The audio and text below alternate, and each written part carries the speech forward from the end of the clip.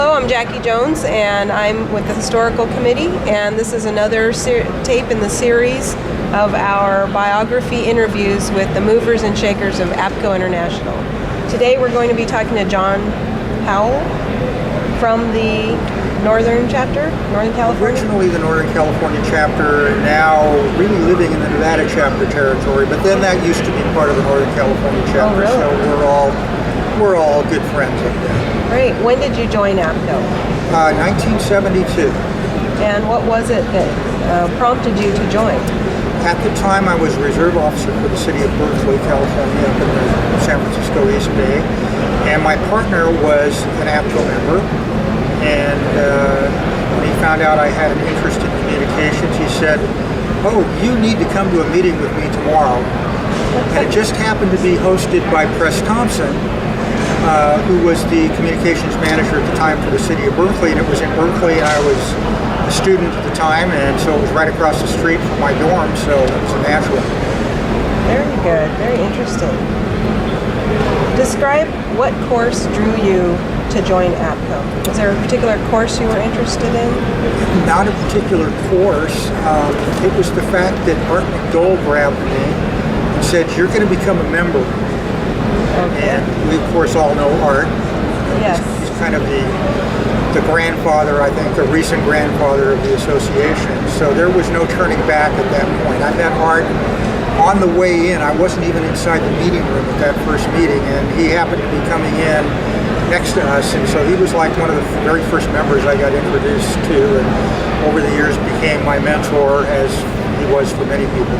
Would you say that Art McDole was the most influential person in Apco for you?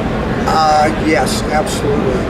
Certainly, at least in the early years. I mean, there's been a number along the line, but Apco and Art were pretty much synonymous for probably the first 10 or 15 years. Can you describe some of your Apco activities at the state chapter level? It's interesting because I actually got involved at the national level before I really got in at the state level. We were putting in a voting receiver system, and I just happened to notice that the front cover of the then Apco Bulletin had a picture of exactly what we were doing by the city of Chicago. And I mentioned this to Art, and the current Apco president at the time was featured in the article, and that was his communication system. So Art said, "Well, we're just going to call you Apco president." And we hit it off on the phone, and he says, "Well, you're in law enforcement. I want to put you on the law enforcement service committee." And within a couple of years, I was chairing that. That's where I first met Harlan McEwen. Harlan was always faithful call-in whenever we did our conference calls, which is the way we met back then. We still do today. Yes, a lot we do. of conference call activity for all the committees.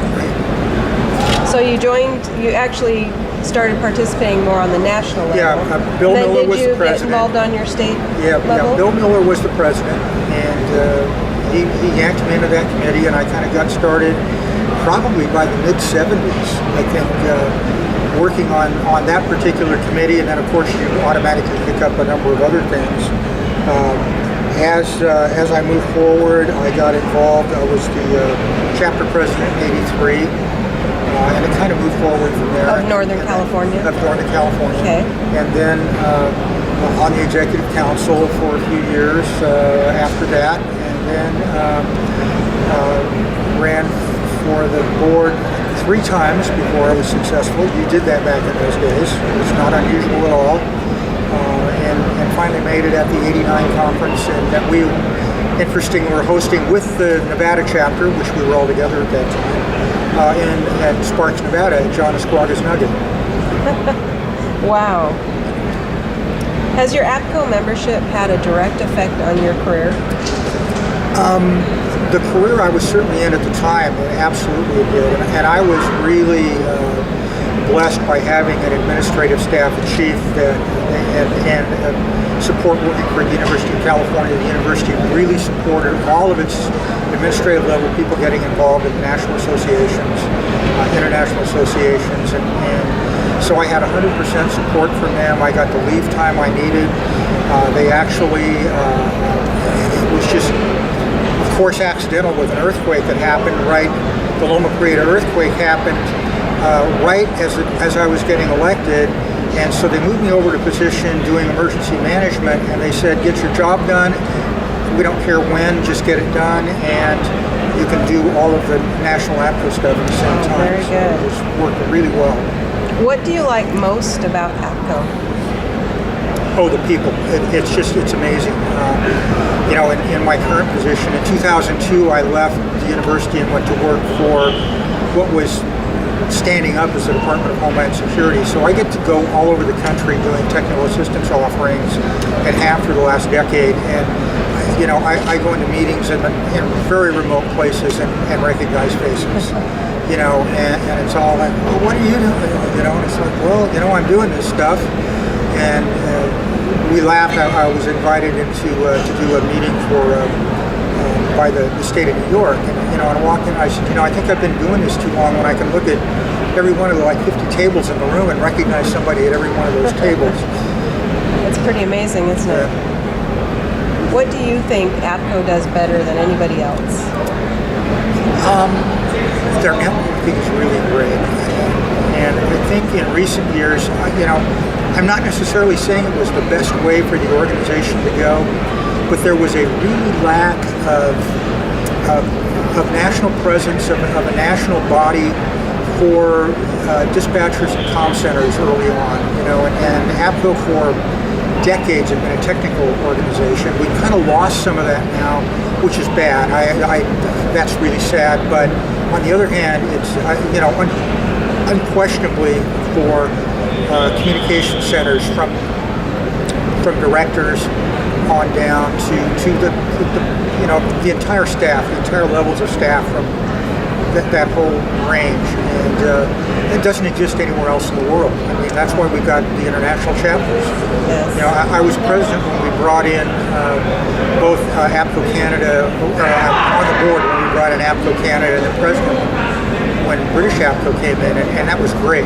The expansion was great. Now we've added Australasia. And we all have common problems. That's amazing. And we all have common solutions. What does Apco need to do to remain a leader? Stay on top of things, keep doing what it's been doing in recent years. The leadership it's taken in broadband, the partnerships it's formed with other associations, we're really happy. I chair one of NIPSTIC's major committees, and the support from Apco has been tremendous in the past couple of years, and it's just really good.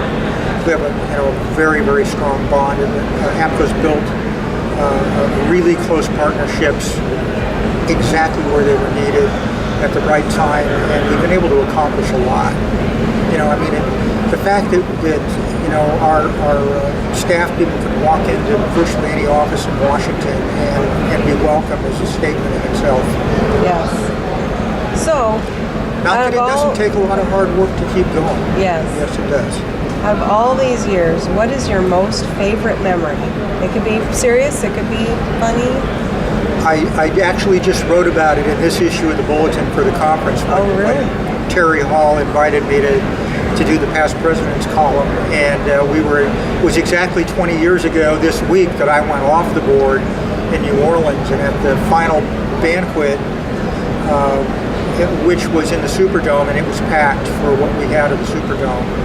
And of course the Brits had just come in and they brought their flags, and there was all this cheering going on, and then the Canadians jumped in, and the Texas chapter had table after table there, and pretty quick the whole hall was going. Well, my 2-year-old daughter was down with my parents on the floor and sees mom and dad on the podium. With all this cheering going on, she comes up onto the dais and promptly falls off the stage. Oh, no. And within a millisecond, you could have heard a pin drop in that entire Superdome. And to this day, I will go into meetings and everybody says, well, wants to know how my daughter is.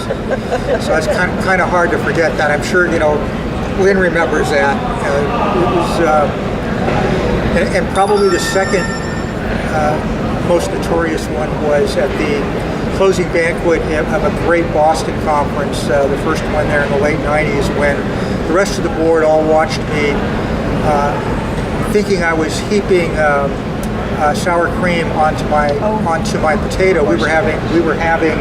You remember that great meal of prime rib? I was actually heaping horseradish on mine. No. They were all waiting for me to take the first bite, as was most of the audience.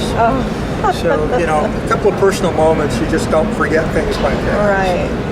Well, I thank you for spending time with us today and sharing your memories of this great organization. The opportunities from, and I keep encouraging young people to get involved. The opportunities, especially if their association will give them minimal amount of leave time and then support them. Everybody benefits. The agency benefits tremendously with the recognition they get. The member benefits from the participation and the friends they make and everything. So, that would be my closing comment: is keep the young blood. Keep the stir in the pot to get the young blood coming into the organization. Very good. I thank you for your service. You're welcome. It's been a pleasure talking to you today.